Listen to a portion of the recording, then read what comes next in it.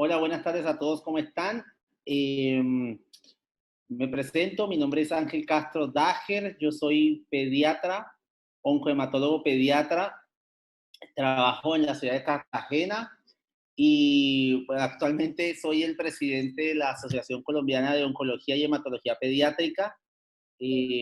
Espero que todos estén pasando muy bien.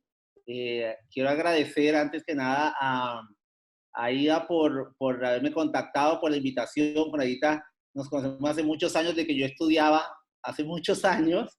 Y, y bueno, un poco la idea que habíamos hablado con Aida era tratar de conversar un poco respecto a la situación que estamos viviendo actualmente en el país y en el mundo con todo este tema del coronavirus, de la pandemia realmente, y qué pasa y qué podemos hacer con ustedes, los niños que están ahorita recibiendo tratamiento oncológico por cualquiera de las enfermedades oncológicas, sea leucemias, tumores sólidos, cualquiera de ellos.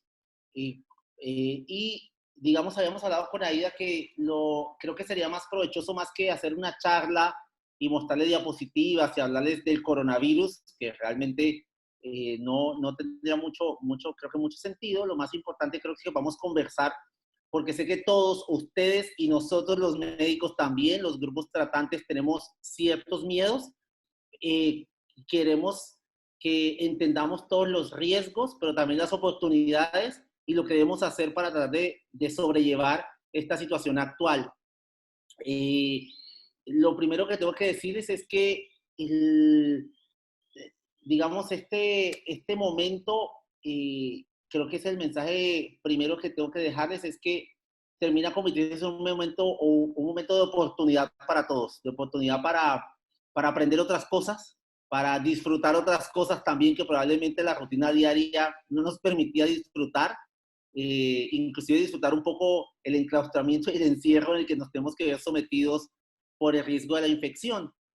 Eh, Quisiera, no sé, Aida, si quieren comenzar con algunas preguntas y vamos desarrollando el tema. Pregunten a los Sí, niños, a los papás, lo que quieran preguntar. Ninguna pregunta sobra, ninguna vamos, pregunta es tonta, y creo que podemos nosotros avanzar mucho. previamente, buenas tardes para todos. Previamente habíamos recogido como algunas preguntas, pero quisiera primero darle la palabra a mi compañera Luisa Sarmiento, que va a hacer como una contextualización también, aparte de lo que ya has dicho, y arrancamos un poco con la dinámica de este espacio. Okay. ¿Cómo están? Buenas tardes también para todos. Doctor, gracias por participar hoy en este conversatorio. Sé que va a ser de gran beneficio para los pacientes, para los familiares y para los profesionales que también se encuentran conectados hoy día. Antes de empezar, pues queríamos contextualizarlos un poquito. Sanar sigue funcionando, sabemos que el cáncer no está de cuarentena y hemos querido adoptar distintos métodos de intervención basados pues en el teletrabajo, en los medios audiovisuales, utilizar este tipo de herramientas como lo es Zoom y las redes sociales para hacerles saber a ustedes, pacientes y familiares, que nosotros seguimos a su lado. Y una de estas ejemplos pues es la charla de hoy, que lo que busca es informarlos, resolver las dudas, como les decía, y aportarles pues algo de serenidad tan necesaria en estos días. Entonces, pues esperamos que sea de mucho provecho. Hemos preparado, pues, como decía Ida, unas preguntas que creemos que van a guiar y darle un hilo muy interesante al conversatorio. Y esperamos, pues, que al final, por el chat, nos vayan escribiendo también de pronto preguntas que creen que no hemos abarcado y que algunos pueden tener, ¿vale? Estaré pendiente entonces para contestarlas. Gracias, Lu. Antes quisiera, para seguir, darle la palabra a Dana. Dana es una chica adolescente que tiene algunas preguntas, ha estado preguntándonos varias cosas a Ángel, doctor Ángel, entonces quisiera que la Ángel, escucharas, Ángel, ahí está Ángel. quisiera que la escucharas y pues que arrancáramos con las preguntas que ella tiene, que es una Ok, adolescente y ha estado ahí como atenta. Dana, si perfecto. quieres, dale. Dana Pinzón. Hola, buenas tardes a todos. Hola, Dana. Bueno, la primera pregunta para iniciar es, en palabras muy sencillas, ¿qué es el coronavirus? Ok. El coronavirus, bueno, voy a explicarlo, digamos, más fácil. Digamos, en la naturaleza existen distintos tipos de gérmenes. Unos son bacterias, que ustedes, digamos, probablemente están más habituados a ellas, que son las que generalmente les producen neutropenia febril. Esas son como una familia de microorganismos. Los virus son otra familia de microorganismos distintos porque las bacterias son capaces de reproducirse solas. Los virus no. Los virus necesitan del cuerpo que invaden para poderse reproducir. El coronavirus hace parte de ese grupo de microorganismos. Y es un tipo de virus que no es nuevo para los humanos. Los coronavirus hace muchos años ya producen gripas en los humanos. Básicamente lo que producen son sintomatología respiratoria. Se llaman coronavirus humanos. Se llaman coronavirus porque son redonditos y tienen como unas punticas alrededor que parecen una corona, como lo que tiene ahí detrás. Así más o menos es un coronavirus. Esa es su forma. ¿Sí? Soy un coronavirus. Así más o menos. Es como, se llaman espigas, son unas proteínas que le dan la forma de corona, pues se llaman coronavirus. Este coronavirus particularmente es nuevo infectando a los humanos. De hecho, se llama SARS-CoV-2. Es el segundo en su especie, porque hace más o menos 8 o 9 años hubo un SARS-CoV-1 que estuvo asociado con otra epidemia, ¿sí? Que hubo efectivamente también en China, ¿sí? Este coronavirus nuevo, porque son teorías nada más, lo que entendemos es que brincó o saltó de algunos animales a los humanos. Por ejemplo, hubo otro coronavirus que dio hace como 10 años que se llama MERS, que saltó de los camellos a los humanos en el Medio Oriente. Creemos que este brincó de los murciélagos a los humanos y tiene la particularidad, como todos los coronavirus, de infectar el sistema respiratorio. Entonces él llega, entra por cualquier mucosa, sea por la boca, por la nariz o por los ojos, por eso toca cuidarse mucho los ojos también, y llega hasta la garganta, allí se replica y luego baja a los pulmones, que es donde hace su máxima expresión, digamos, de infección, utiliza las células de los pulmones para empezar a crecer, y es donde produce toda la sintomatología de neumonía y todo lo que de pronto ustedes han visto en la prensa, en la televisión o escuchado de sus médicos también. Eso es un coronavirus. Este es distinto simplemente porque es nuevo para nosotros los humanos. Es lo que marca la diferencia con los anteriores. Vale, Doc, gracias.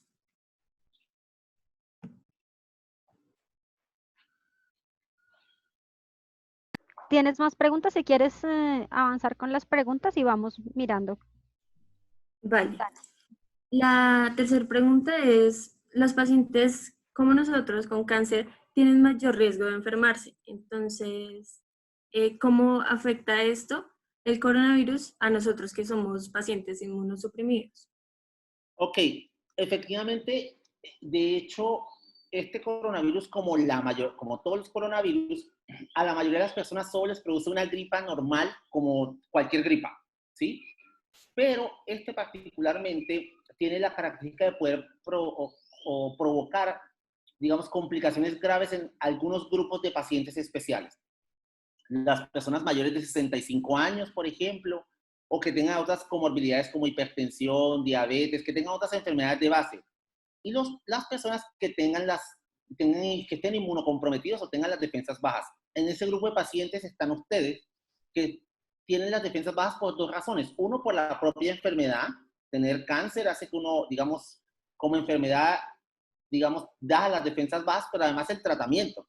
La quimioterapia los pone a ustedes en neutropenia, baja algunas defensas todas del cuerpo, y al infectarse con coronavirus y no tener la posibilidad de defenderse adecuadamente contra él y frenar esa tasa que él tiene de crecer en el cuerpo, puede afectar otros órganos además del pulmón. Entonces puede afectar el pulmón, el hígado, la coagulación, el corazón, el riñón, y es por eso, digamos, que se vuelve un poco más riesgoso en este grupo de personas o en este grupo de pacientes también como ustedes. Es por eso que las personas inmunocomprometidas o que tienen las defensas bajas deben cuidarse más que las personas que no tienen estas patologías o estas enfermedades de base, porque el riesgo de progresión de la enfermedad es un poco mayor que en las personas que no padecen estas defensas bajas.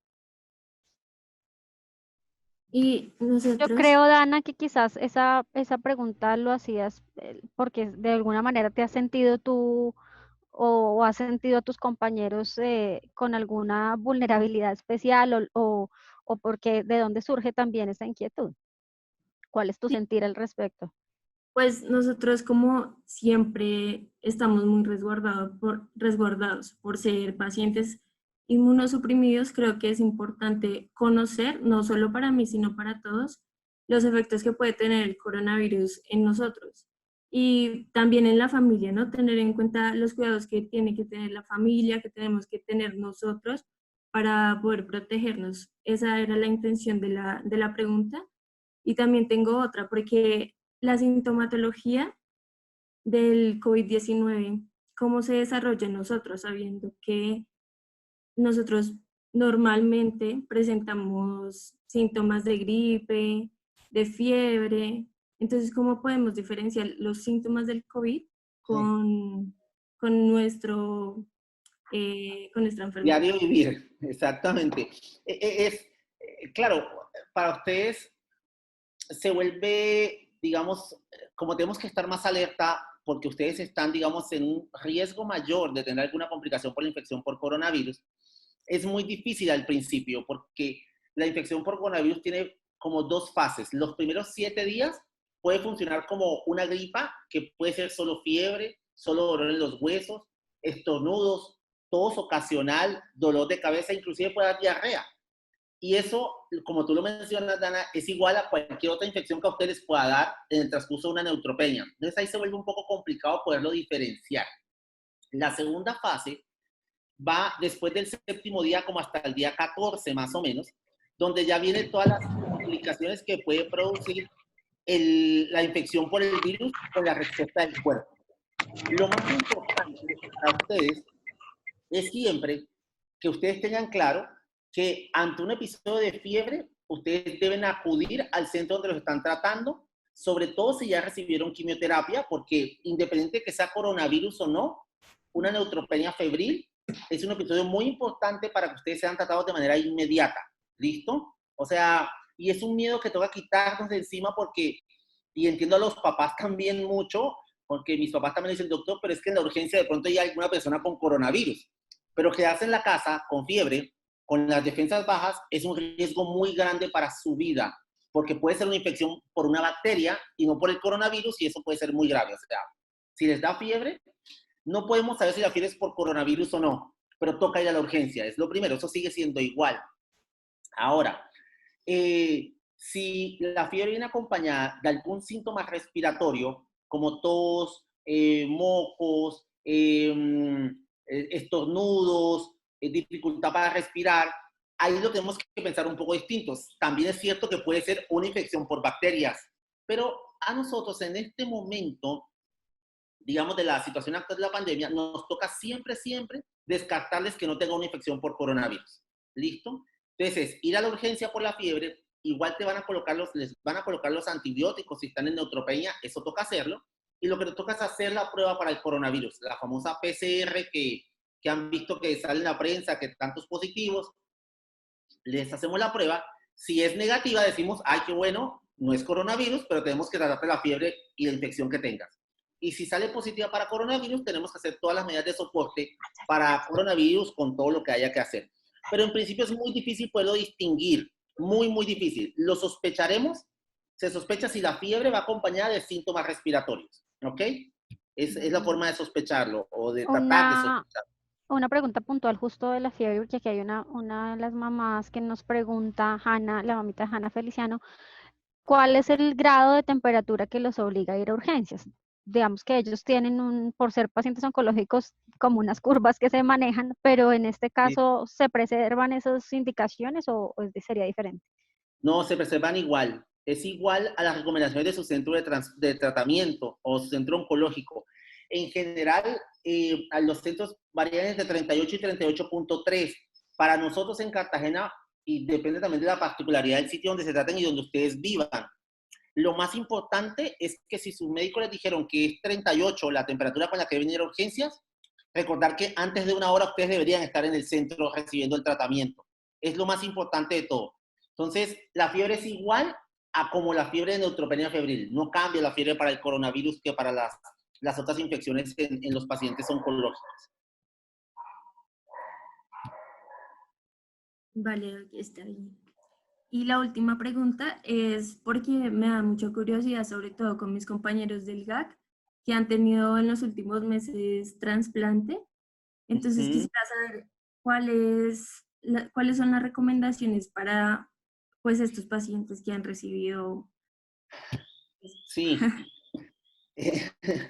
El trasplante es una situación bastante particular, porque en el trasplante uno le cambia el sistema de defensas de una persona y le coloca el de otra, ¿no?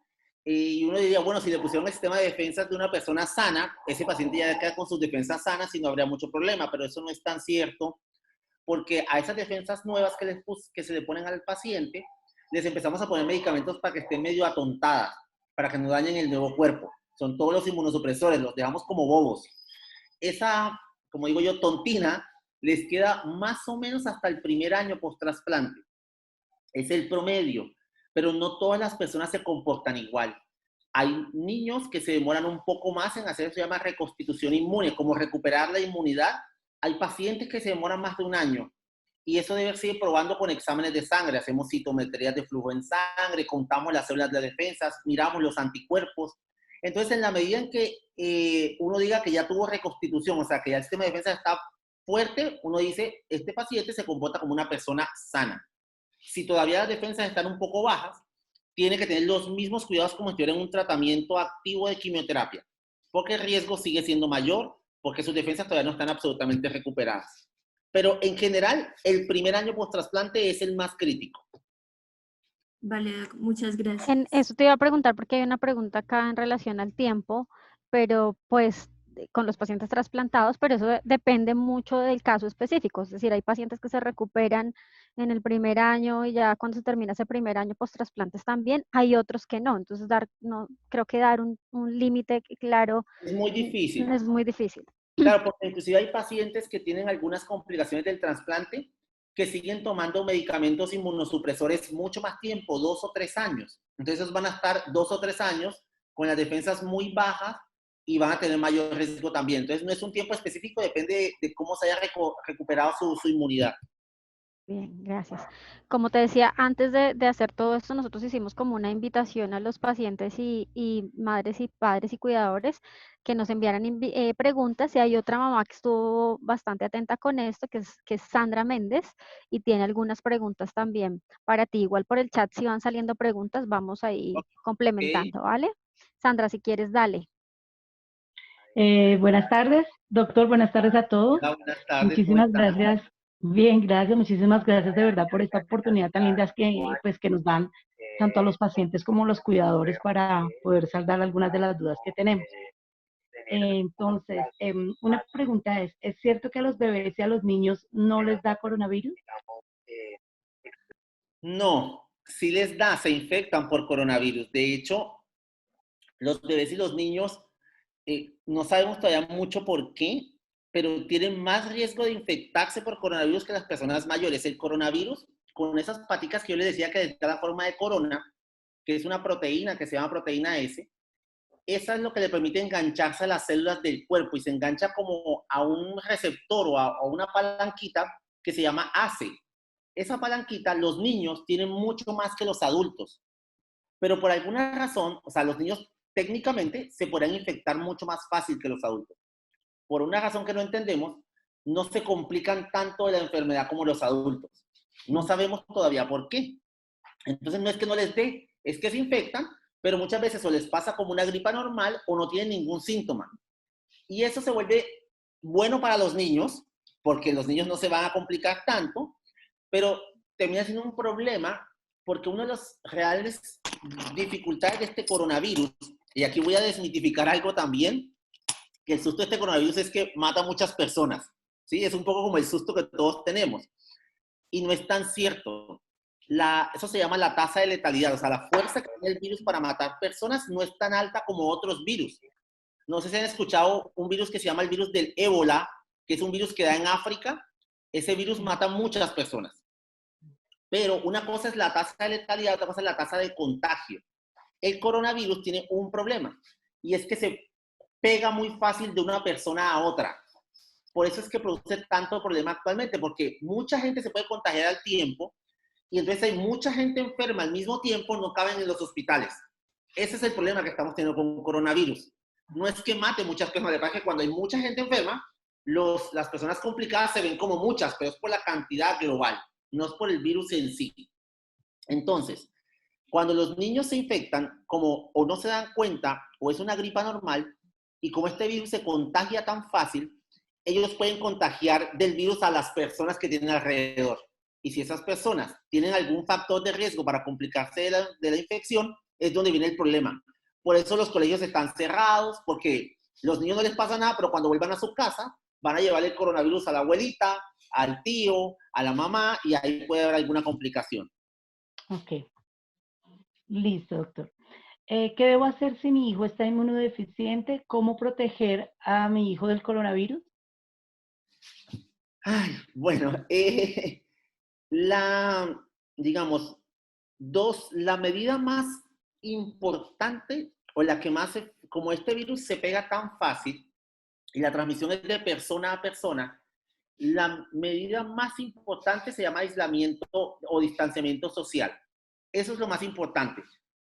Estar lo más distanciado de otra persona, por lo menos 1,5 metros, 2 metros, es muy importante. No se van a separar ahora que ustedes están ahí juntas, pero sobre todo con otras personas cuando tengan que salir, no estar muy cerca de las otras personas. Eso es importante. 2, esto es un virus que tiene como una bolsita que lo protege, se llama envoltura. Y los virus que tienen bolsa son muy fáciles de destruir con agua y jabón, no necesitan más. Esto no necesita ni cloro ni nada de esas cosas. Por eso es tan importante lavarse las manos por lo menos cada 3 horas. Eso es súper importante. Entonces, aislamiento social, lavado de manos y el uso del tapabocas. Es fundamental porque como se transmite por goticas de la saliva y entra por la boca, es importante que usen el tapabocas. Aquí hay una dificultad y es que hay algunas personas que se contagian por el virus y no tienen síntomas. Esas personas sin síntomas pueden, ay no, yo no tengo coronavirus, entonces no uso tapabocas porque no me siento nada, pero sí lo tiene y expulsa el virus. Pues es importante que todos utilicen tapabocas, sobre todo si van a estar en contacto con otras personas. Esas son las 3 medidas más importantes. Cuando digo distanciamiento social, implica que lo mejor es no salir de la casa a menos que sea absolutamente necesario. Que me dé fiebre en la noche, tenga que ir al hospital, que tenga que ir a ponerme la quimioterapia, que tenga que ir a hacer alguna radioterapia, lo que tenga que hacer para mi tratamiento. Pero los niños y adolescentes que están recibiendo quimioterapia, casi que la única salida que deberían tener en estos momentos es ir a recibir su tratamiento y volver a la casa. De hecho, nosotros los oncomatólogos debemos hacer unas estrategias distintas para evitar la exposición. Entonces verán, por ejemplo, que a veces hacemos teleconsultas de los que están en mantenimiento largo recibiendo quimioterapia oral, por ejemplo. O ya no hacemos la consulta cada 4 semanas, sino cada 6, y así evitamos tanta salida. O tratamos de que el mismo día que van a la consulta se tomen el laboratorio para que sea una sola exposición. Cositas para evitar que tengan que salir tanto de la casa es importante porque es donde está el mayor riesgo. Y lo otro, que ya son medidas, digamos, secundarias que se derivan de las primeras, es, por ejemplo, puede que el niño o el adolescente no salga a la calle y no se exponga, pero si la mamá, el papá, el hermano, el tío salen y traen el coronavirus a la casa, termina siendo lo mismo. Entonces es muy importante que quien salga, ojalá sea una sola persona, se cuide mucho cuando esté afuera haciendo el mercado o trabajando, y es usar el tapabocas, tener distanciamiento social, lavarse las manos frecuentemente, no estarse pasando las manos por la cara, porque si yo agarro, no sé, aquí esta mesa donde yo estoy sentado, y yo tengo coronavirus y lo dejo ahí, y pasa alguien después y pasa la mano por ahí mismo, se trae el coronavirus en la mano. Es verdad que el coronavirus no se entra por la mano, pero si yo la mano me la paso por los ojos, ahí entró el coronavirus. Por eso las manos toca lavárselas cada 3 horas muy juiciosos para evitar que las cosas que yo toque me contagien del virus. Aquí hay una cosa importante y es el uso de los guantes. Yo he visto mucha gente en la calle, en la televisión, usando guantes. Los guantes no los protegen. los guantes los ponen en más riesgo, ¿vale? Porque cuando yo tengo guantes, en mi mente yo pienso que estoy súper protegido, más o menos como Superman, como la capa de Superman. Y entonces no me lavo las manos, porque como tengo los guantes, ¿para qué me las lavo? Y agarro todo lo que se me ocurre y me traigo el coronavirus en el guante. Y entonces, pero sí, me agarro la cara con el guante, agarro el bolso con el guante y ahí voy dejando el coronavirus y eso es mucho más riesgo. O sea, guantes, cero. Adiós, guantes. ¿Listo? Tapabocas siempre. ¿Ok? Y lavado de manos, es lo más importante. Listo, muchas gracias por lo de por la aclaración, doctor. Del Otra pregunta guante. que... Sí, la verdad, sí. Sí, aquí ya tenía los ojos de mi hija encima. Eh, doctor, ¿qué cuidados debemos tener con los niños cuando salimos a la calle, pues sin llegar a ser extremistas? Ok, ahí, digamos, hay ciertas cosas importantes. Entender que los niños están en mayor situación de riesgo que las personas que no tienen quimioterapia o no están en tratamiento oncológico o para el cáncer. Entonces, a mí particularmente me preocupa, y lo digo como en mi práctica diaria, son los medios de transporte. Toca, medios de transportes públicos, desafortunadamente, no se pueden utilizar, porque si uno ve el Transmilenio como está, es imposible evitar el contagio, el contacto y hacer distanciamiento social en Transmilenio, o sea, no es posible. Sé que para algunas familias a veces es difícil, pero intentar buscar la manera de aislarse inclusive en el transporte, eso es una cosa muy importante. Entonces, nosotros lo que hacemos, por ejemplo, es que hablamos con los papás a ver si el medio de transporte que tienen es un medio de transporte, digamos, particular, sea propio o sea rentado de alguna manera. A veces alguna fundación nos ayuda a transportar a los niños también a la quimioterapia, pero también tenemos unos casos en que los niños definitivamente no pueden ni tener transporte propio ni irlos a buscar y preferimos hospitalizarlos para colocar las quimioterapias y evitarles el contagio de ir y volver. Esas cosas las podemos hacer durante este momento. Dos, siempre usar el tapabocas. Siempre usar el tapabocas. Es fundamental. Como no se pueden estar lavando las manos en la calle, es importante que lleven alcohol gel, porque el virus también se deshace con el gel, además del jabón y el agua. Entonces, cuando vayan a salir, tienen que llevar un tarrito de gel en alcohol, del que hay en los hospitales igual, y estarse frotando permanentemente alcohol gel en las manos, que eso evita que el virus se quede allí pegado. ¿Listo? Listo, sí, Y señor. salgo de la casa, voy a la cita, me devuelvo a mi casa, no más. No que voy al centro comercial a dar una vuelta, ni voy a visitar al primo, nada de eso. De la casa al hospital, del hospital a la casa. Ok, listo. ¿Qué se puede hacer en casa si un niño con cáncer tiene coronavirus, pero es asintomático? Esa pregunta es un poco difícil y digamos, la ruta que se hace o que se ha establecido en el país es que un niño con cáncer que tenga fiebre debe ir al hospital, no se puede quedar en la casa. Y espérense que tengo mi gato encima y no me deja. Ay, ya voy, abajo. Entonces, debe ir al hospital y se hace la prueba. Por ser una población de riesgo de mayores complicaciones, debe vigilarse hospitalariamente. No debe quedarse en la casa, es muy riesgoso quedarse en la casa. ¿Listo? Entonces, debe que permanecer en aislamiento en el hospital hasta que tengamos las pruebas de recuperación que estén negativas y luego darles egreso. ¿Ok? Es muy riesgoso que se queden como las otras personas en la casa. Pero Ok. si no ha presentado síntomas, digamos que pues igual no hay No hay forma de tomarle posibilidad. la prueba. Exacto, exacto. Si no tiene síntomas, no le pueden tomar la prueba. Porque varias mamás también nos han dicho, bueno, ¿y por qué no les toman a todos los niños oncológicos la prueba y así podemos tomar algunas Necesitamos el medidas susto. de precaución? Exacto. Pero es que, y es bien interesante el planteamiento, porque uno diría, listo, le tomamos a todos para estar tranquilos, pero puede ser que yo me haga la prueba hoy, que se llama PCR, y hoy me salga negativa, y pasado mañana me contagié. O sea, eso no me da la tranquilidad de que no me vaya a contagiar, ¿sí? Claro. Entonces, por eso se hacen pruebas en las personas sintomáticas, ¿ok? Ok, listo. Doctor, ¿cuál es el riesgo en un paciente que ya no está en tratamiento activo? ¿Es el mismo o es mayor?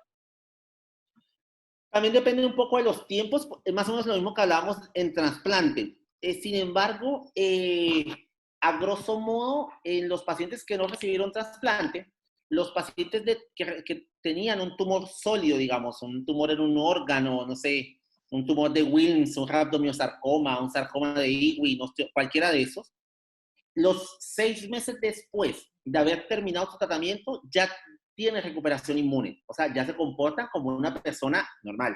¿Listo? Para los pacientes que tuvieron leucemias o linfomas, es hasta 1 año después de haber terminado el tratamiento. ¿Listo? Es como la diferencia grande. ¿Viste, mami? ¿Sí ves? Ah, ya está diciendo. Doctor, si en la familia alguien tiene un diagnóstico de COVID, ¿es suficiente con el aislamiento en la misma casa, sabiendo que el niño o niña tiene las defensas bajas? Es bien riesgoso y difícil. Qué pregunta difícil esa. La respuesta es depende, ¿sí? Porque no van a echar a nadie para la calle. Pero la respuesta es depende.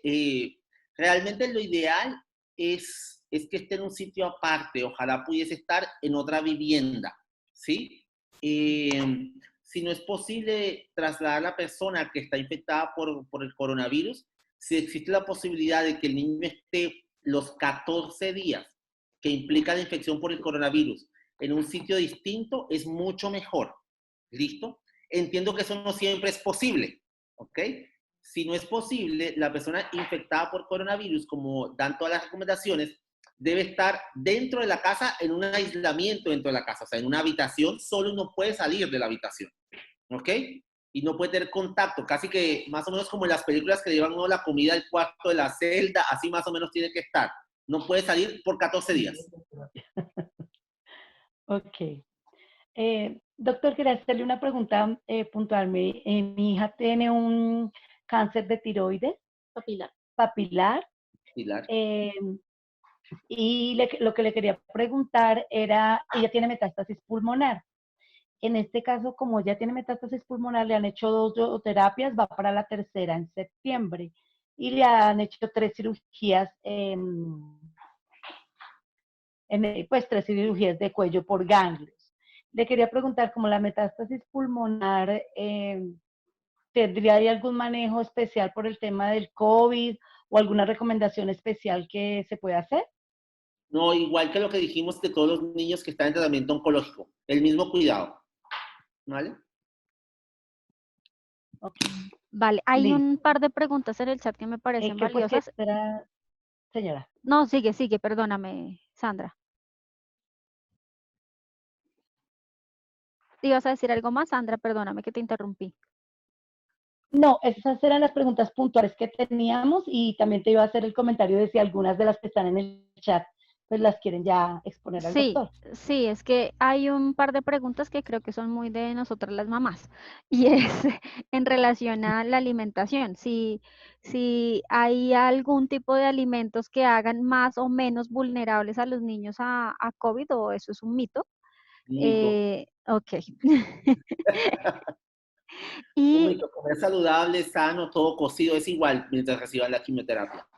Nada Y crudo, todo cocido. una pregunta muy parecida a la que tenía ahorita Sandra y es de una chica de 16 años que tiene una neoplasia endocrina desde los 2, tiene una cirugía muy pronto el viernes y a la mamá le preocupa mucho llevar a la niña a la cirugía por toda esta pandemia.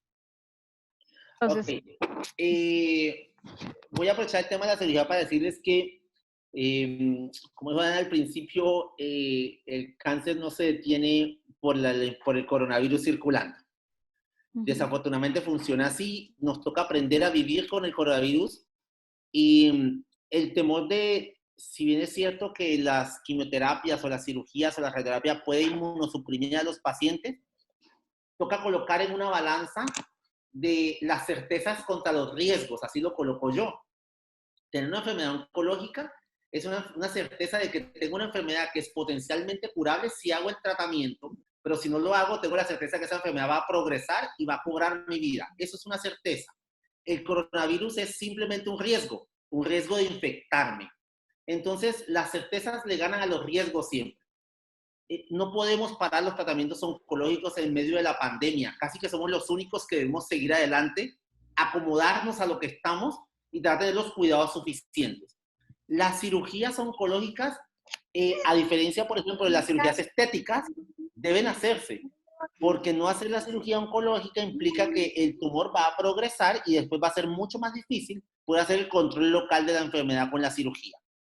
Si bien es cierto, también se han establecido protocolos para hacer los procedimientos quirúrgicos.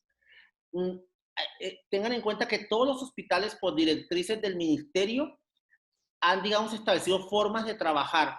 No están revueltos los pacientes de coronavirus con los que no tienen coronavirus. O sea, de hecho, por ejemplo, en la clínica donde yo trabajo, la UCI de adultos, que es donde más hay, hicieron una UCI que se llama UCI COVID y UCI no COVID. Entonces, todos los que tengan sospecha de coronavirus los echan para esa UCI y los otros quedan en la otra.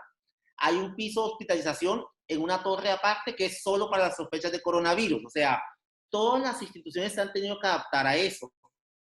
Y en cirugía, por ejemplo, todo el personal que trabaja en cirugía tiene que utilizar una, no se me da lo incómodo que es, ¿no? Eso es gafas, careta, doble tapabocas, gorro, triple guante, bueno, una cosa súper loca, porque todos debemos evitar la posibilidad de contagio. Entonces, si la cirugía es el viernes, está programada y hace parte de un tratamiento oncológico, debe realizarse el procedimiento quirúrgico.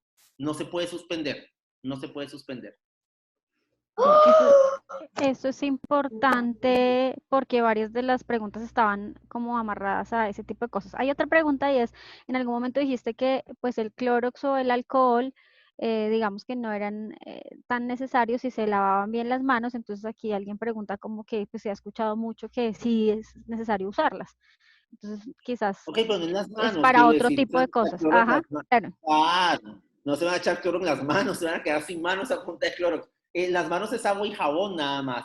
El Clorox es muy bueno para poder desinfectar las otras cosas. Entonces, por ejemplo, el coronavirus se ve en las superficies. Una recomendación, aunque no está absolutamente demostrado el tema de los zapatos, es al entrar a la casa, después de alguien estuvo en la calle, toca o quitarse los zapatos en la puerta y entrar descalzos, cosa que a mí particularmente me parece fabuloso, o tener algo Porque estás en como... Cartagena, pero aquí en Bogotá. Yo ando descalzo todo el Bueno. tiempo en mi casa, sí. Pero, o lavar las suelas de los zapatos con agua con Clorox al entrar a la casa, ¿listo? Lo mismo que la ropa, por ejemplo. La ropa toca quitársela una vez llega uno de la calle, porque uno no sabe si la ropa entró en contacto con algo, que estoy en contacto con coronavirus, me la quito y en la casa estoy con otra ropa y tengo que lavarla inmediatamente. Para limpiar las superficies, obviamente es mucho mejor el hipoclorito o el Clorox. Para eso sirve, no para las manos. ¿Listo?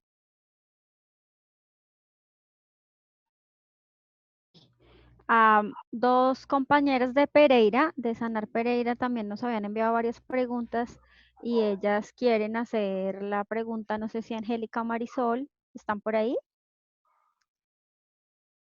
No sé. ¿Aló? Mari. Bueno, entonces las voy a... Ah, sí, están ahí. Ok. Estamos aquí. Buenas tardes, doctor, ¿cómo está? Buenas tardes, hola, ¿cómo estás? Bien, gracias. Bueno, nosotros somos del equipo de Sanar Pereira y nuestra pregunta está orientada a cuáles serían los aportes de nosotros como equipo de apoyo para ustedes, los oncólogos pediatras, en este momento, para las familias. ¿Cómo podríamos apoyarlos a ustedes? Ok, digamos que para nosotros en este momento uno es tratar de soporte emocional máximo, digamos, en medio de la angustia que puede generar el tema de la pandemia. Creo que es importante, digamos, un poco calmar los ánimos, porque estamos con un momento en que todo el mundo está con mucho miedo y el miedo, yo siempre creo que el miedo es un mal consejero porque no nos deja pensar. Entonces nos lleva por delante a todos y no podemos. Entonces es como tratar de dar soporte emocional. Creo que es una cosa muy importante. Desde lo logístico también es muy importante contar con el apoyo de las fundaciones en lo que hablábamos ahorita. Por ejemplo, las quimioterapias que son ambulatorias, hay niños que tienen que ir y volver todos los días a quimioterapia, por ejemplo. Y tratar de garantizar que el transporte sea seguro para él y su familiar es una cosa muy importante para nosotros.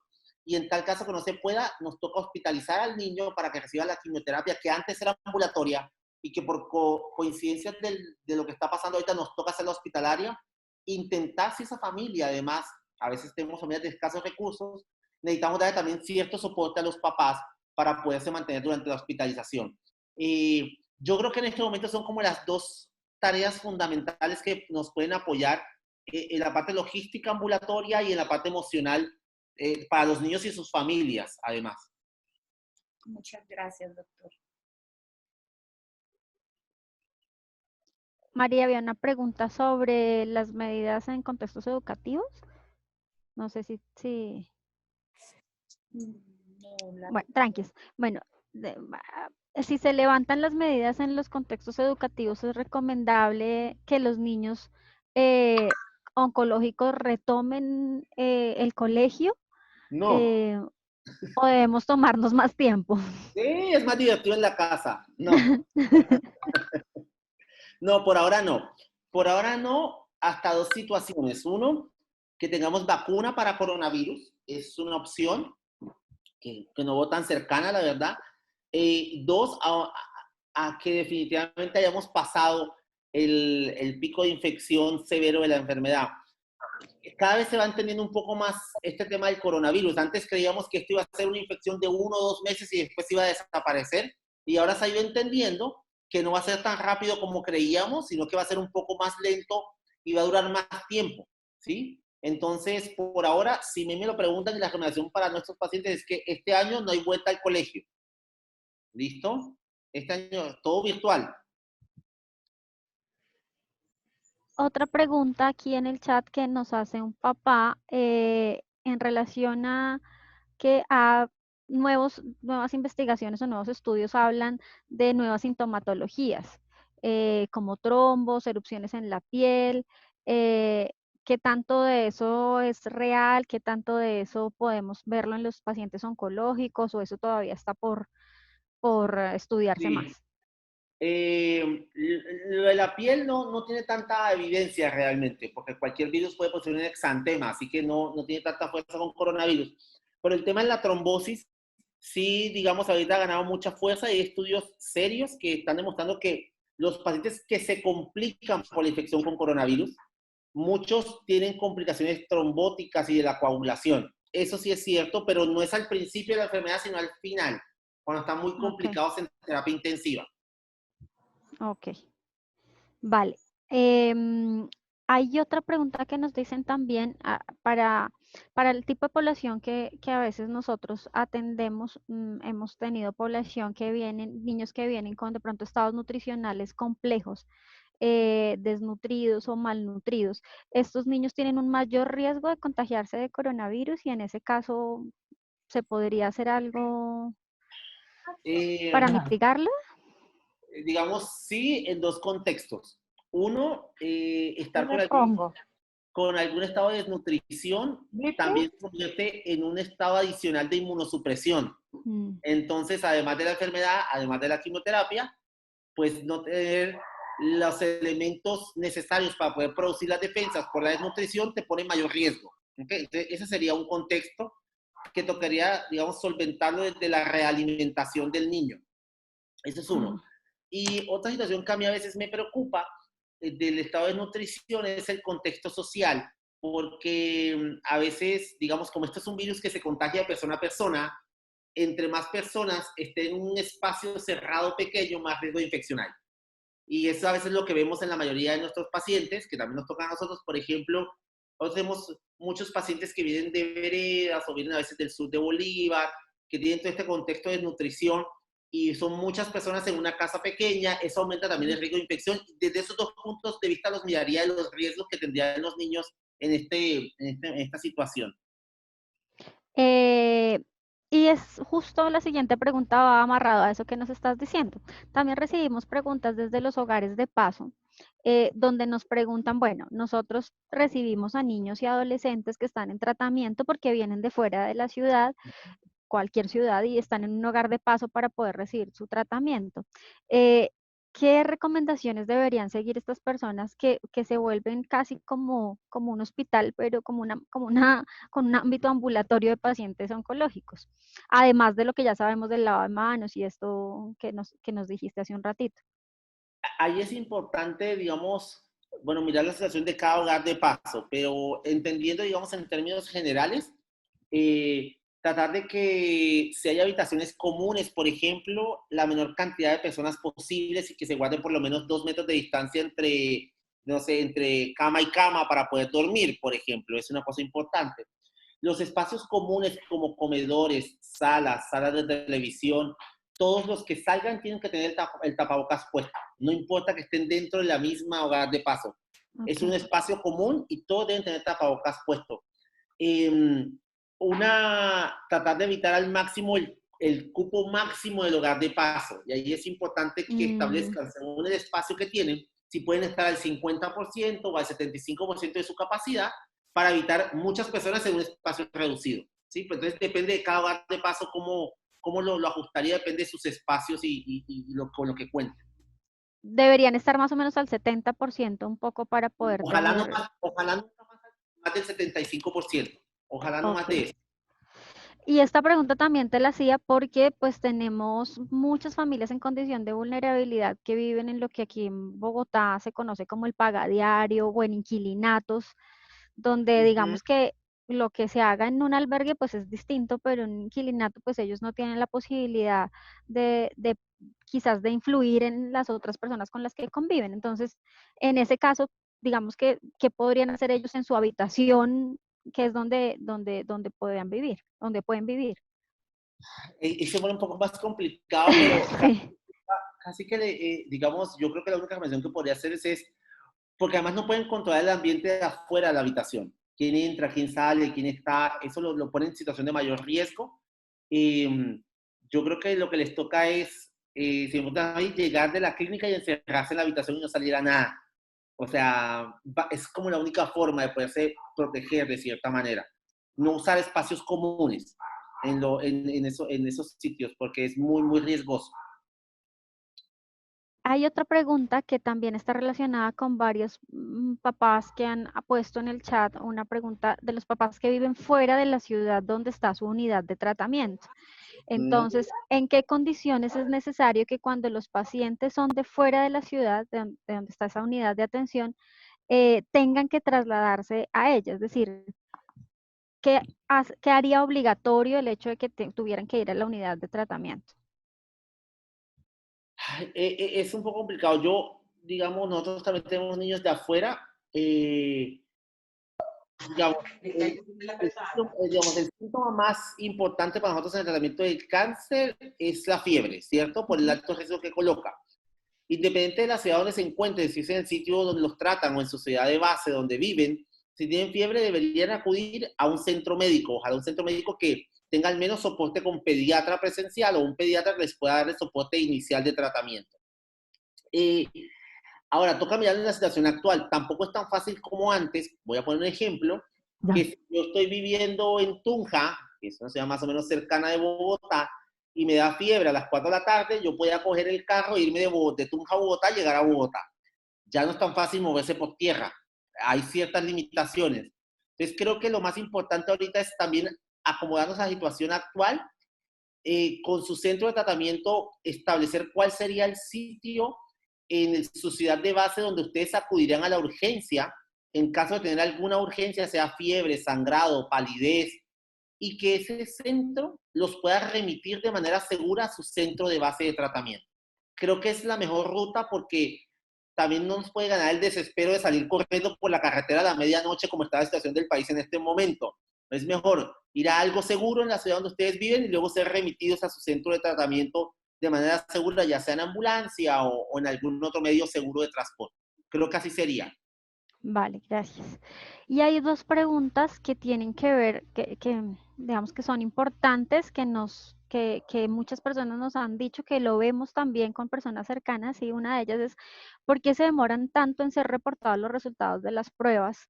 Sobre todo en pacientes oncológicos, donde lo que se haga rápidamente cobra mucha importancia. Sí.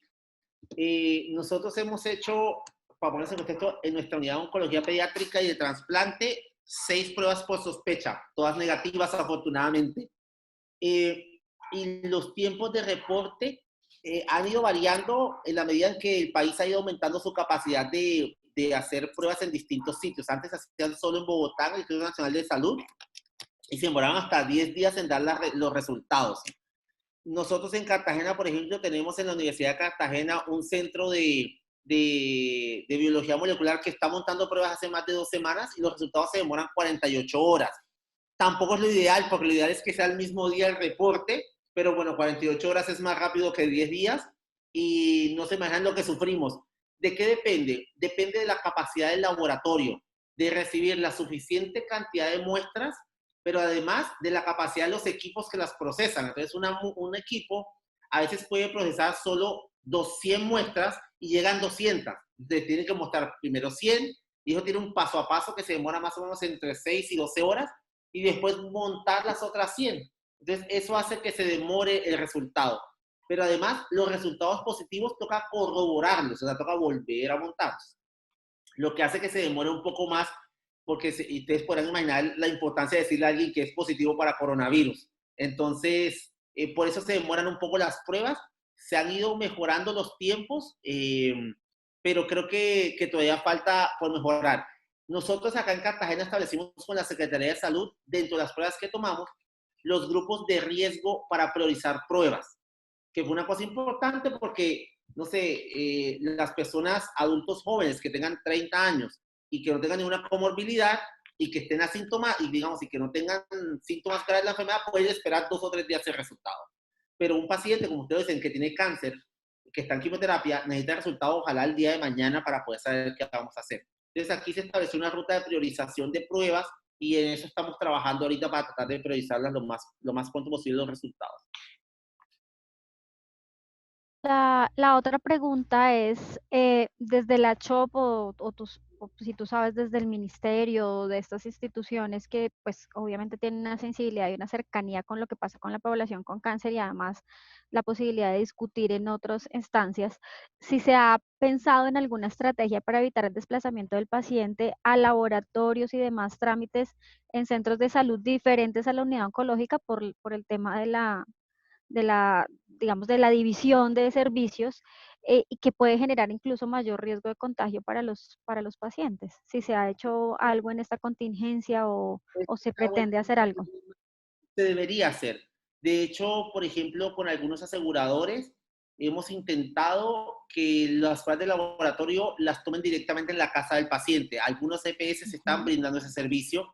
Desafortunadamente no es obligación de ley, entonces no los podemos obligar. Tenemos otros aseguradores que dicen que no, que él tiene que desplazarse. Entonces, como no es obligación de ley, no lo hacen porque no es una obligatoriedad para ellos. Casi más o menos ellos dicen que es como un favor, pero realmente no es un favor, ¿no?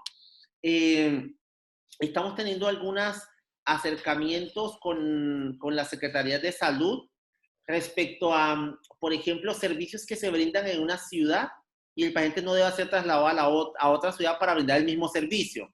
Pongo el ejemplo, por ejemplo, de trasplante de médula ósea. Si en Cartagena hay una unidad de trasplante de médula ósea, ¿por qué toca trasladar al niño hasta Bogotá para trasplantarse si se puede hacer en Cartagena? En este momento donde no hay vuelos, no es posible, la familia no puede viajar. Entonces, con algunos aseguradores hemos logrado algunas cosas, pero desde el ministerio no existe todavía esa directriz, la verdad. No sé si no, voy a actuar de ligero diciendo que no es una prioridad en este momento para ellos, están como en otras cosas, pero no existe una directriz gubernamental, digamos. Nos toca ir caso a caso, asegurador a asegurador, y ahí como en el día a día ir tratando de solventar las situaciones. Vale. Hay una mamá, Nelly, la mamá de Carlos, que quiere hacer una pregunta. Entonces, Nelly, tienes la posibilidad, si te animas. Nelly. Muy buenas tardes, doctor. ¿Cómo está? Hola, ¿cómo estás? Bien, muchísimas gracias. Bueno, la pregunta mía es, mi hijo estaba listo para tener cita con el médico a finales del mes de marzo. Ya se le realizaron los exámenes de sangre y un examen de abdomen que le enviaron, ¿cierto?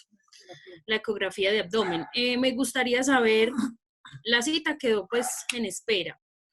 quiero saber si es conveniente, sabiendo que de pronto el niño se encuentra bien, se encuentra estable, si es conveniente esperar, darle espera a la cita o hablar pues en oncólogos para proceder a la cita. Yo estoy como un poquito, sacándole un poquito el cuerpo a la cita para llevarlo a oncólogos. No. Bueno, lo que tengo que decir es que, bueno, uno no conozco el caso en particular, o sea, no diagnóstico, ni tratamiento, ni esto, para poder dar como una recomendación así. Tiene un linfoma Hodgkin. Y ya está de alta, ¿Ah? curado. Hasta ya terminó quimio, gracias a Dios, y terminó radio. Ya está en controles ya hace un año. Ok, está de alta. Cada centro va estableciendo las prioridades según los pacientes. La prioridad en este momento, más o menos todos consideramos estos pacientes que están en quimioterapia activa, porque esos no pueden parar el tratamiento. Los niños que están de alta, mientras nos estamos acomodando a esta nueva forma de vida con el coronavirus, los hemos dejado un poquito, no, la palabra no es relegado, sino un poquito en stand-by, en espera, porque estamos pasando a hacer teleconsulta. Mucha de la consulta se está haciendo virtual. Eso nos está, digamos, cambiando los tiempos de consulta y muchas de esas cosas. Si él está de alta hace un año, si está asintomático, igual toca hablar con el centro oncológico que lo atiende. Probablemente da un poco más de espera que un niño que esté en quimioterapia activa. Un niño que está en quimioterapia activa no puede esperar. Él tiene que seguir en tratamiento. Pero es importante agendar una cita de control. Muy importante. Ya sea presencial o sea por teleconsulta. Tampoco es que ahora por el coronavirus entonces no voy a ir más nunca y no voy a salir ni a la esquina. No. O sea, hay formas seguras de salir. Las que hablamos a usar el tapabocas, usar gel, transporte que no esté lleno, ir a la consulta y volver. Acuérdate que ya lleva si tiene un año de alta, su riesgo de infección y de complicaciones por la infección por el coronavirus bajaron muchísimo casi en la población general. O sea, él podría salir a la consulta si la consulta está agendada y el centro lo tratan, decide hacer consulta presencial, él podría asistir a la consulta, ¿vale? Y es importante que vaya a la consulta de seguimiento. Ángel, hay otra pregunta. Gracias, doctor. A ti, Nelly. Hay otra pregunta importante y es, ahorita decíamos que pues la recomendación para los pacientes oncológicos es que no retomen labores escolares hasta que no tengamos la vacuna. Pero una mamá muy pila pregunta si, bueno, listo, a mi hijo oncológico no, pero a mis otros hijos que no son oncológicos y retoman, se retoman la vida escolar, ¿sí los puedo mandar al colegio? ¿O cómo haría ahí? Tenemos de pandemia, no, porque tiene mucho riesgo de traer el coronavirus a la casa. Y acuérdense que los niños la mayoría son asintomáticos, ¿sí? Digamos, un poco la concepción que nos ha cambiado, y que yo digo que esto nos cambia la vida, es que tenemos que pensar más en los otros y no solo en uno mismo. O sea, este virus nos tiene que poner a pensar en que somos una comunidad y todos somos responsables de todos. Entonces, enviar a los hermanos no enfermos a la escuela y ponerlos en contacto con muchos otros niños, y si se contagian con coronavirus, a ellos no les va a pasar nada, pues traen el coronavirus a la casa. Para los niños es muy difícil encerrarlos en un cuarto todo el día, o sea, no, es muy riesgoso, de verdad. Entonces creo que a todos nos toca como comunidad familiar poner una cuota de cierto sacrificio mientras pasamos sobre todo el pico epidemiológico que probablemente va a durar un par de meses más. Y digamos, en ese mismo sentido, si llegasen a abrir el transporte intermunicipal y los aeropuertos, el tema de los viajes, pues también estaría supeditado a esa misma recomendación, es decir, si es estrictamente necesario. Absolutamente nada más, sí. Bueno, aquí hay alguien que aparece como dirección social, no aparece su nombre, quiere hacer una pregunta, adelante. Era yo, muchas gracias. Yo, perdón. Y no sé si alguien más tenga alguna otra pregunta aquí, no sé si se me escapa alguna, Lu, que de pronto no esté teniendo en cuenta. Yo sé que por ahí había una mamita de Medellín que quería hacer una pregunta, pero no la Por veo. ahí. ¿Alguien? ¿Dylan? Buenas tardes. Buenas Sí, tardes. adelante. Sí, señora, buenas tardes. Dylan, es la mamá de Dylan Tomás, Jacqueline González. Quisiera preguntarle al doctor, yo tengo un niño que tiene una genencia de cuerpo calloso y un Bombi Lebrán. Pues la verdad, yo desde que empezó todo esto, no lo he podido llevar al hospital para que le hagan sus controles. Él tiene un Bombi Lebrán, entonces, no sé, pues solicito un consejo, ¿qué hacer? Gracias. Ok, las enfermedades hematológicas benignas, como los tratamientos de la coagulación, necesitan los mismos cuidados que la población general. Es distinto los pacientes que tienen cáncer o reciben quimioterapia. Entonces, si él tiene una cita agendada o si tiene una teleconsulta, debe asistir sin ninguna, digamos, con los cuidados necesarios de la población general, pero no debe restringirse su atención, ¿vale? No hay ningún problema. Vale. Hay otra pregunta de un papá que dice que su hijo tiene un sarcoma cerebral y quedó con una restricción pulmonar. ¿Tiene mayor riesgo si se llega a infectar del coronavirus? Sí, sí, porque tener enfermedades pulmonares, como este es un virus que ataca mucho el pulmón, aumenta el riesgo de... No me quedó claro. O sea, es que el niño, Perdón, Es la mamita de disculpe Dylan. doctor, lo interrumpo. Es tranquila. que mi niño tiene la genencia de cuerpo calloso y su PTI y su von Willebrand. Ahí lo ven todos los especialistas en la misericordia. Pues no han habido ya parasitas así por teléfono ni nada. ¿Qué riesgos corre mi hijo? Yo no lo he vuelto a sacar por eso, me da mucho miedo. Gracias, doctor. Ok, pues te digo, como es una enfermedad que no compromete la inmunidad del paciente o de tu hijo, porque no estás haciendo quimioterapia, digamos, es el riesgo que tiene la población general, o sea, que tendría cualquier otro niño que no tuviese ni agenesia del cuerpo calloso ni enfermedad de von Willebrand. Si tiene si tiene citas agendadas en el hospital, toca ir con los cuidados de tapabocas, usar el gel, transporte que no sea masivo, el cuidado general de cualquier otra persona que saldría a la consulta, ¿vale? El riesgo no es mayor para tu hijo, a diferencia de lo que pasa con los niños que tienen cáncer o que reciben quimioterapia. Muchas gracias, doctor. Ya me quedó claro. Ok, vale. Y nos decías en relación Sí, sí tiene mayor riesgo de complicaciones, no mayor riesgo de infección. El riesgo de infección es el mismo.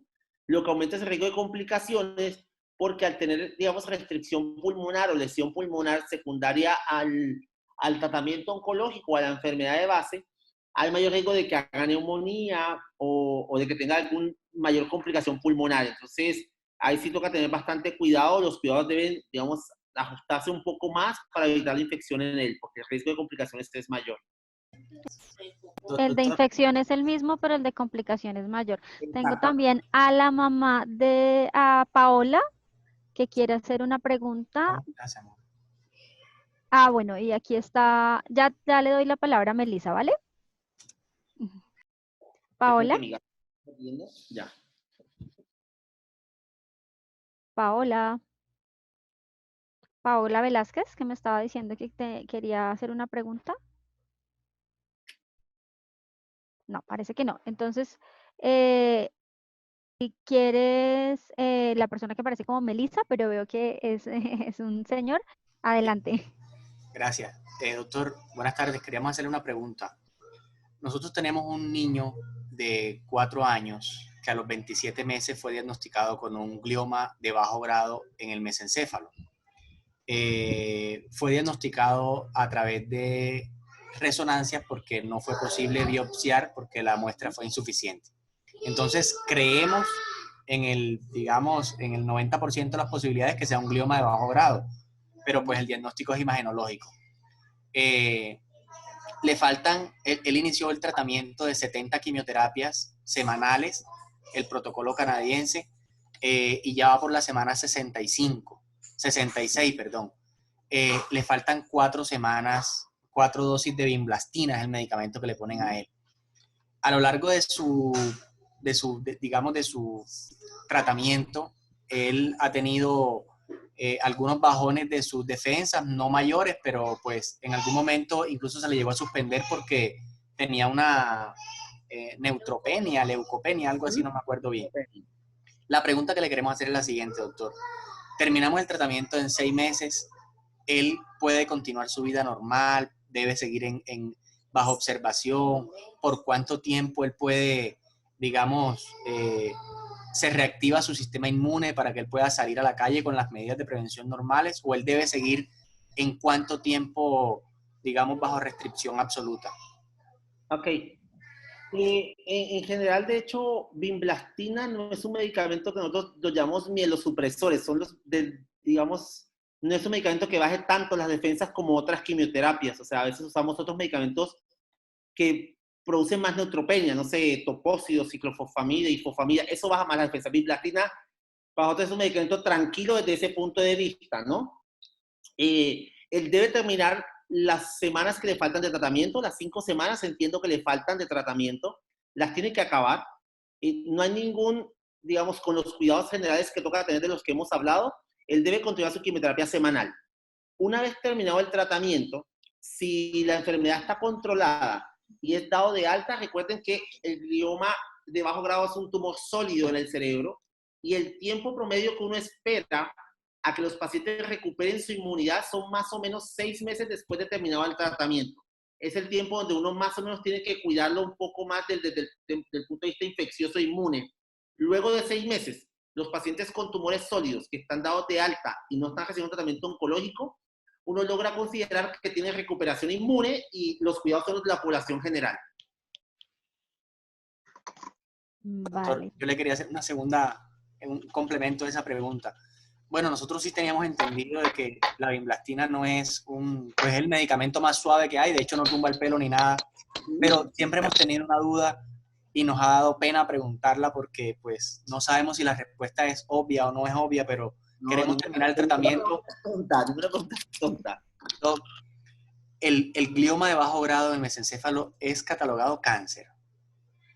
Los gliomas hacen parte de un grupo, digamos, de tumores astrocitarios y depende del grado, son más agresivos o menos agresivos. Es un cáncer porque es una proliferación exagerada de unas células. Es un cáncer. Lo que pasa es que hay gliomas de bajo grado y gliomas de alto grado. Entonces, ahí es donde hay un poco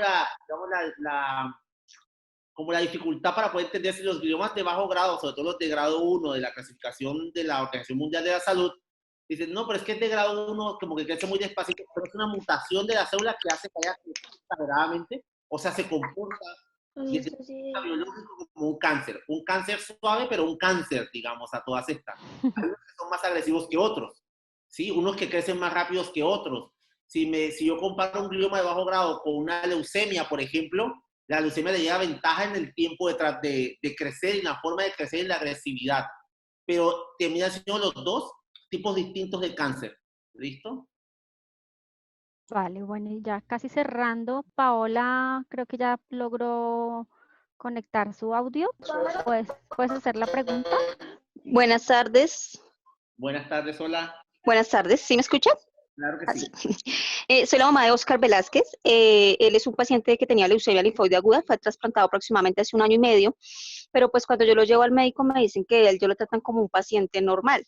Entonces yo quisiera saber si él puede volver al colegio ahorita después de que quiten lo de la pandemia y si pues todavía es peligroso para él o ya se considera un paciente totalmente normal. Obviamente después de su trasplante le quedaron bastantes secuelas, aparte de que le dio una aspergilosis en los pulmones y también ha tenido pues varios problemas estomacales debido a las consecuencias que le dejó todo lo que ha tenido que ver con su tratamiento. Ok, si él, digamos, lo que hablamos al principio, que me preguntaban del trasplante, entiendo que fue un trasplante alogénico, no sé, y ahí toca mirar como ciertas circunstancias distintas. A grosso modo, después del primer año post-trasplante, ya un niño debería recuperar su inmunidad. Pero, por ejemplo, yo no sé si a él le dio enfermedad de injerto contra huésped. Si le dio enfermedad de injerto Sí, contra... sí, señor, le dio en la piel y le dio intestinal. Y si es crónica, por ejemplo, probablemente él no deba volver todavía a la escuela porque eso produce cierto grado de inmunosupresión, ¿sí? Toca mirar los exámenes de reconstitución inmune, cómo están las células del sistema inmune, cómo están sus anticuerpos, si ya todo eso está bien o no está totalmente recuperado. Cada caso en particular toca revisarlo con su médico tratante porque hacer una recomendación general podría ser inclusive peligroso. Yo les digo como un número, por decir 1 año o 6 meses, pero es importante que todos consulten con sus médicos tratantes si es suficiente el tiempo y si ya están aptos para volver a la escuela, sí o no. Entonces, yo podría decirte, sí, ya llevo un año trasplantado que vuelva al colegio, pero te oigo decir que tuvo aspergilosis, que tiene una enfermedad injerto contra huésped. Toca revisar el caso en particular, mirarlo muy bien y que tu médico tratante, sobre todo el médico que le hizo el trasplante, dé el aval para que él pueda volver a la escuela, ¿sí? Antes sería bastante riesgoso tomar la decisión sin ese permiso. Vale, gracias. Hay una última pregunta que Ah, es ok, doctor, de... muchísimas gracias. A Ok, ti, como Paola. Hay una última pregunta que es de Gina, mamá de Sofía Hernández. Cuéntanos, Gina, ¿qué te preguntas? Buenas tardes, qué pena, lo que hola. pasa es que no estoy al principio de la reunión y pues yo tengo una pregunta muy puntual. Mi hija está en mantenimiento y está con metrotexate y mercaptopurina. Sé que ahorita tienen que como bajarle los niveles de leucocitos para, pues esa es la, ¿cómo Lo se que uno llama? Es espera como del el tratamiento, tratamiento. el protocolo, sí. Ujú. Entonces, pues, por ende, ella tiene las defensas muy bajas. Yo quiero saber, ella, el aislamiento lo tengo que tener constantes, cuánto tiempo o cómo debo manejarlo. Ok, lo primero es que ella debe continuar con el tratamiento tal como dice el protocolo. Sí, ¿Ok? sí, Ella señor. no puede ni no suspender ni el metotrexato ni la mercaptopurina, que además son fundamentales para lograr la curación. ¿Listo? Lo que uno espera cuando da tratamiento de mantenimiento largo es que los glóbulos blancos estén entre 2000 y 3000. Es más o menos lo que uno siempre quiere, o sea, más bajito de lo normal. Ella necesita estar en aislamiento como todos los niños que reciben quimioterapia activa, no importa que sea quimioterapia oral. A veces desmeritamos un poco las pastillas y creemos que como son pastillas no son quimioterapias, son quimioterapias. Y tienen el mismo efecto que las quimioterapias por la vena. Entonces, ella debe mantenerse en aislamiento mientras esté en tratamiento oncológico. ¿Listo? Con Sí, todo lo señor. que implica aislamiento, solo salir a las citas, nada de ir a pasear, ni a visitar, ni a donde el vecino, no, nada de eso. En aislamiento constante. Ah, listo. Muchísimas gracias. Hay una cosa que preguntan a mamá que es para una paciente que es sobreviviente. Si se retoma la labor escolar, ¿esta paciente podría retomar sus estudios? Ya entiendo que está curada hace varios años. Sí, si está curada hace varios años, no hay ningún problema. Sí, que vuelva Bien. al cole. Doctor Ángel, yo quisiera, mire, nuestra motivación cuando hicimos esto es que estábamos teniendo muchas de estas preguntas, pero sobre todo estábamos viendo y sintiendo mucha resistencia por parte de los padres, de las madres, de los cuidadores, de llevar a los niños a la hospitalización, de llevar a los niños al control, de llevar a los niños al laboratorio. Y yo quisiera que quizás para cerrar, Ángel, tú nos dieras como una reflexión en torno a la necesidad de pensar que si bien el COVID es una situación compleja que tenemos que tomar unas medidas de precaución, pues el cáncer no está en cuarentena, o sea, el cáncer sí sigue y para muchas familias es como, no, pues yo prefiero que no se me complique con el COVID, pero pues prefiero no llevarlo ni programar la hospitalización, ni ir a la EPS a autorizar, ni... Entonces, pues quisiera que tú, bajo tu experiencia y pues, y todo el bagaje que tienes, nos puedas dar como una reflexión en relación a esto. Sí, yo como lo hemos mencionado varias veces, y ahorita lo dijo un momento, el cáncer no está en cuarentena. El cáncer sigue, y yo vuelvo y se los pongo en la misma balanza. Pongan en una balanza la certeza de lo que tienen contra el riesgo de la infección. Acuérdense que el cáncer es una enfermedad en los niños que se puede curar. Existen altísimas probabilidades de curarse. Por eso, digamos, todos los que trabajamos con niños con cáncer siempre, y ustedes de papás y el grupo de soporte, todo el mundo tiene la esperanza y la fe de que todos se puedan curar. Pero eso solo se puede lograr si uno completa el tratamiento de manera juiciosa y organizada. Suspender el tratamiento, sea cual sea la causa, aumenta el riesgo de que o vuelva a aparecer la enfermedad o yo no me cure de la enfermedad. Y eso implica que aumenta el riesgo de morirme por la enfermedad. Y no hay necesidad que eso pase por el riesgo mundial que estamos viendo por la infección por coronavirus. Infectarse por coronavirus en este momento es un riesgo, sí es un riesgo, pero es un riesgo evitable si hacemos las cosas de medidas de aislamiento social, protección personal, de manera adecuada y juiciosa. No existe ninguna recomendación en ninguna parte del mundo que diga que debemos suspender los tratamientos oncológicos por el momento actual de la pandemia. todos los niños con cáncer deben continuar su tratamiento. No pueden pararlo, porque eso aumenta el riesgo de recaída del cáncer y eso sería muchísimo más grave que inclusive infectarse por el coronavirus. Entonces, no existe una excusa. Tenemos miles de formas de hacer las cosas. Si no pueden ir y venir todos los días porque el riesgo es mucho, los hospitalizamos. Si no pueden asistir a la consulta cada 4 semanas, la hacemos por teleconsulta cada 6 y les mandamos el medicamento a la casa. O sea, formas de que continúen con el tratamiento existen miles, pero no dejen ni de ir a las consultas, ni de asistir a las teleconsultas, ni de ir a reclamar los medicamentos, ni de no hacerse los laboratorios para el control, ni de no hospitalizarse, por favor. Porque es la vida de sus hijos, de niños y adolescentes, la que uno pone en riesgo por el riesgo que es mucho menor de la infección por coronavirus. ¿Listo? Entonces, yo los invito a que, yo sé, y lo dije en algún momento de la charla, lo que yo creo que esta pandemia está afectando, o la forma como esta pandemia realmente está matando a la humanidad es de miedo. El miedo es lo que nos está paralizando y no podemos paralizarnos.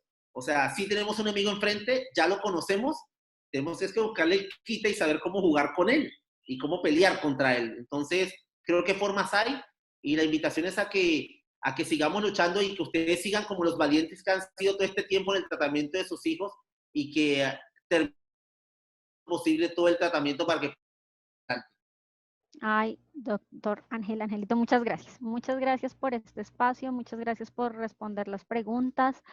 Seguramente después de esto surgirán otras preguntas. Bueno, aquí hay una que creo que es importante. Es, ¿el periodo de incubación del COVID-19 o cualquier otro virus es menor en una persona inmunosuprimida? Perdón, que si el periodo de incubación del COVID-19 o cualquier otro virus es menor en una persona inmunosuprimida. ¿Que si el periodo de incubación en una persona inmunosuprimida es menor? ¿Esa fue la pregunta? Sí. No, no existe evidencia que el periodo de incubación sea menor. No. De hecho, en las fases, los primeros 7 días, lo que uno puede tener en un paciente es que la segunda fase de las que les hablé después puede adelantarse un poco más la segunda fase. ¿Listo? Pero el periodo de incubación es igual. ¿Listo? 14 a 21 días es el periodo de incubación.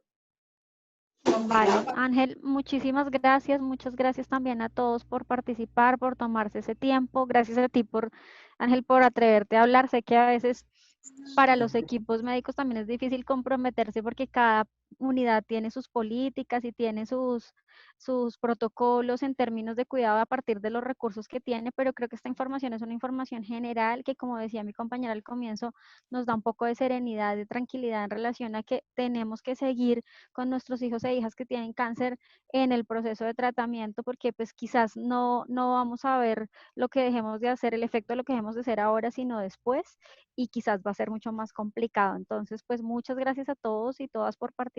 A ti, Ángel, un gusto volverte a ver después de tanto tiempo que no nos veíamos. Y bueno, mira lo que logró el coronavirus. El coronavirus, sí, esas son las cosas buenas que nos traen las crisis. Sí, muchísimas gracias a todos, de verdad, por participar. Y espero que si hay otra oportunidad, con todo gusto, de mi parte y de parte de la Asociación Colombiana de Hematología y Oncología Pediátrica. Y bueno, creo que podrán salir muchas cosas más. Creo que muchas ideas vendrán de aquí. Y digamos, ahí tenemos que hablar, Aida, para ver si entre la asociación, Sanar y otras fundaciones organizamos un encuentro de pacientes grandes y hacemos una cosa claro chévere, que sí. aprovechando como que el coronavirus nos volvió a juntar. Sí, y aquí quiero decirte que hay gente de Medellín y gente de Pereira, gente de Bogotá, gente de la costa también que se han conectado, de Cúcuta, por aquí estoy viendo representantes también, gente de muchos lados pues que les llegó esta invitación y que es un tema sensible realmente para muchas personas. Entonces, pues muchísimas gracias de veras a todos por tomarse este tiempo y a ti también, que sé que tienes mil cosas y estaremos, claro que sí, hablando para poder reencontrarnos. Vale, con todo gusto. Un abrazo a todos. Cuídense mucho. Perdón, ahí da una cosita. Perdón, doctor, se nos olvidó hacer una pregunta. Dale. Lo que pasa es que como yo tengo cáncer de tiroides y yo no recibo quimioterapia, entonces no sé si puede tratar como un poco diferente. Como yo no recibo ni quimio ni radio, entonces se trata igual, solamente es la yodo. Entonces no tiene Ok. como los mismos efectos. Tu riesgo es menor que los pacientes que reciben quimioterapia, eso es cierto, ¿vale? Lo que pasa es que el cáncer per se es un estado de inmunosupresión, donde el cuerpo, o sea, cuando uno lo mira desde la biología, voy a ponerlo en términos bastante prácticos, todos los seres humanos, todos los días, tenemos células del cáncer que nos nacen en el cuerpo, todos los días, todos. Pero tenemos unas células de las defensas que se llaman células asesinas naturales, así se llaman, que matan esas células del cáncer. ¿Listo? Y entonces por eso la mayoría de los seres humanos no tenemos cáncer. Cuando por alguna razón esas células asesinas naturales están deprimidas, tristes, aburridas o no quieren trabajar, aparece el cáncer en las personas. Eso quiere decir que el cáncer per se como enfermedad quiere decir que tus células de defensas no funcionan del todo bien, ¿ok? Por eso la enfermedad es un estado también de inmunosupresión. No tienes la inmunosupresión asociada de la quimioterapia, pero tener la enfermedad nos dice que tus células de defensas no son lo máximo, que pueden ser lo máximo sí después, pero ahorita no. Entonces, tienes que tener bastante cuidado, ¿ok? Ok. O sea que tampoco podría retomar colegio presencial. No. Telecolegio, virtual, mejor. Uno pone así eso, oculta la cámara, pone en silencio, la persona no se da cuenta. No está. ¿No? Doctor, es que ya tenía programados exámenes de universidad en Medellín sobre septiembre, octubre más o menos. ¿Podría asistir a ellos? ¿Y eso están dando? Creo que todo está parado eso por ahora, ¿no? No, si se reactivara. Con todo el cuidado, eso es una actividad puntual, es diferente. Ok. Es una actividad puntual, con muchísimo cuidado. Si es una actividad puntual, sí. Ok, gracias. Gracias. Bueno, A todos, un abrazo enorme a todos y que tengan una bonita semana. Que estén bien. chao. Chao.